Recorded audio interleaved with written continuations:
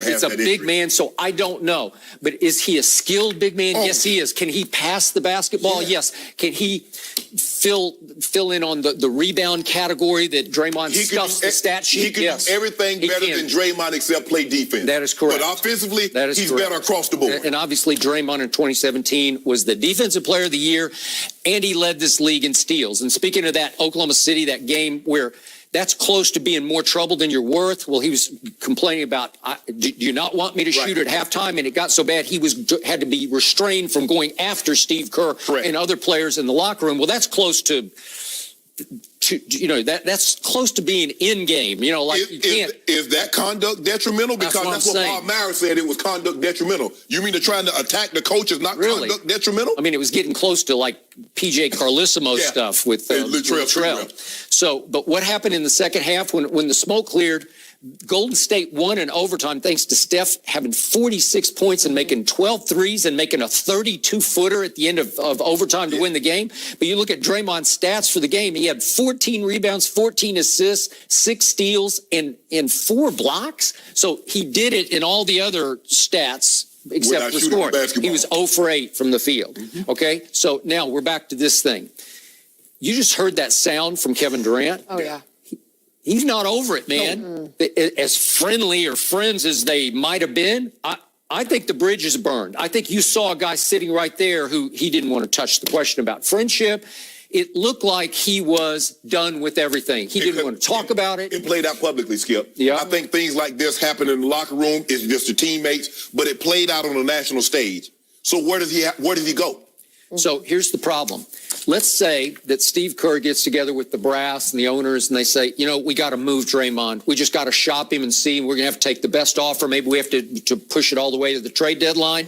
But then, do you know for sure Kevin's going to stay? No. If you trade Draymond? That's a problem because if you don't think Kevin's going to stay, then you try to make amends with Draymond because you just publicly humiliated Draymond Green. Absolutely. You just showed him we are desperate to try to keep Kevin Durant. We just sided with Kevin. Right. Yeah. You were so wrong. We just suspended you a game. And they didn't have to. They could have just quietly fined him and gone about their business. And the next question is, will Draymond lose heart? Because he plays with his heart, right? Will he, I'm not going to say he's going to quit on him, but will he lose his competitive fire for being a Golden State Warrior for the rest of this year? Right. So I think this whole thing teeters right now on how Steve Kerr can sort of massage it and handle it. But again, my gut feeling after what I've heard and read and seen, Draymond has to go because I think you would have much greater shot at keeping Kevin Durant. And if you can't keep Kevin Durant, all bets are off anyway. That's why you can't trade Draymond because there are no assurances that KD stays. Yeah, I think you might try to get an assurance from him. He ain't giving you that. Yeah, I think but here's the thing, Skip. It is also reported in this article that Draymond said, bruh, I was making plays before you got here. We were winning championships before you got here. Yeah. And Draymond, to his credit, Skip, we've seen Draymond get the ball off the backboard and go all the way down the court, either lay it up, dunk it, or dish it to Steph or Clay. Well, KD is like, well, hold on, bro. I'm right here. Let me get the rock. Whoa, wait a minute now. I'm trying to figure out why would KD be so upset? Because I remember a guy last year, game 1 of the finals. It went to overtime, Jenny. I mean, the game is right there.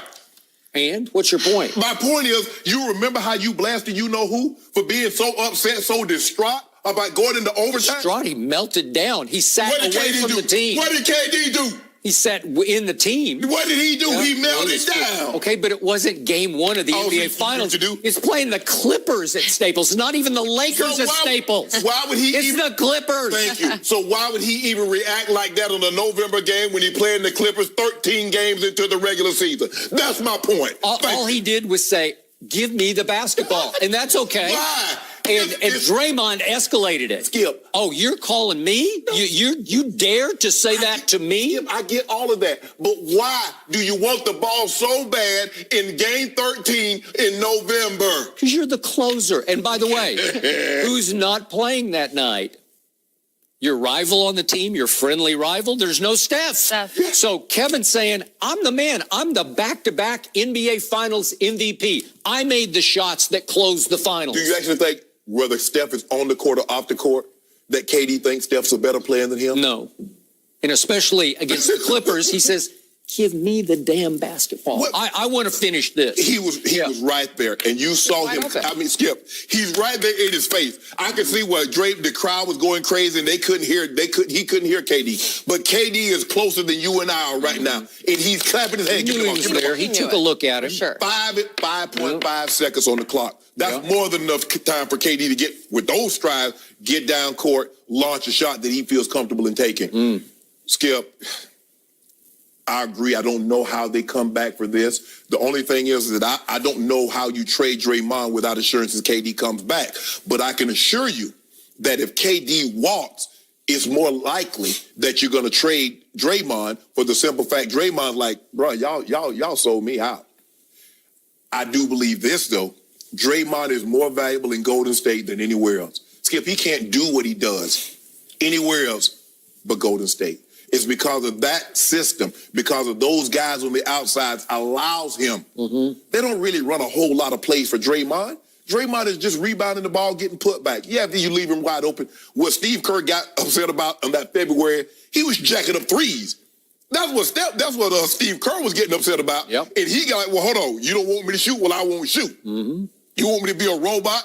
So Draymond like, oh, I do all this other stuff. He has been the glue for Yes. him. And he's done all the little things, little big things. Yes. So he's averaging 8, and 7. That's what he usually, it's just, but 8 and 7, 8 rebounds, 7 assists. And by the way, the 7 assists leads the team barely over Kevin and Steph. And so with that being said, I do all the little things. I get all the loose balls. I'm guarding the biggest guy on the team, although I'm really the smallest guy. I should not be having to guard fives, but I do.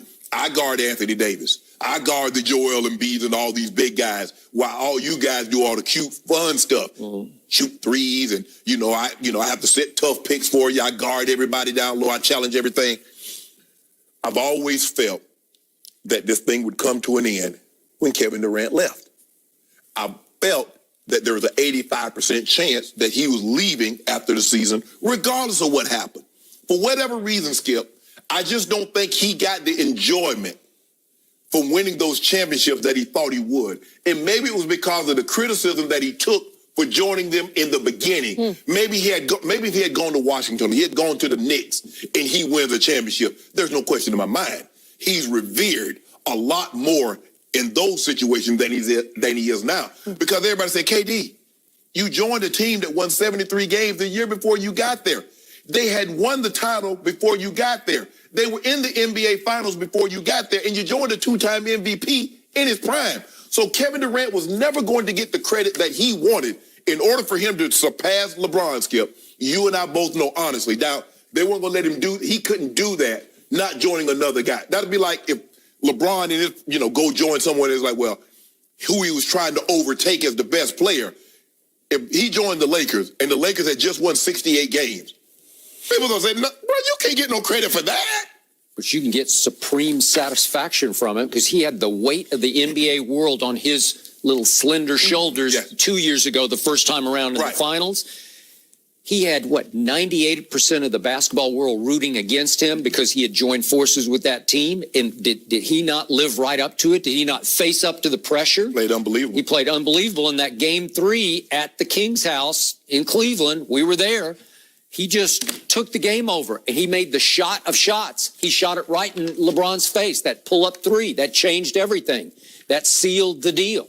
So do the Warriors get Kevin, get Draymond, Steph, Clay, Andre, all the guys that, what do they call it, the Hamptons 5, that got on the plane and went and tried to recruited KD? Do they get them in a room and say, okay? They might try. I know enough about Kevin Durant. He's not going to get over this. Oh, that hurt. There are certain words, once they leave your lips, you have exposed your truest, deepest feelings. When you're having an argument with somebody and it heats up, and then all of a sudden something and it's like, whoops. I told Jenny, my grandmother used to always say, boy, there are 3 people that'll tell you the truth. Yeah. Drunks, kid, and angry. Angry. And that was pure So KD, rage. so when he said it, KD's like, whoa. Yeah. Oh, so that's how you really feel about me. Because really, we can go about KD wanted the ball and Draymond didn't give it to him. That was simple. You can fix that. That was the crescendo. Yeah. The straw that broke the camel's back. But this had been brewing, Skip. This had been on Draymond's mind for a very long time. And again, probably they're all not real happy that Kevin keeps making this about Kevin and his free. Right. Every stop on the road, it's, well, are you? What are you doing?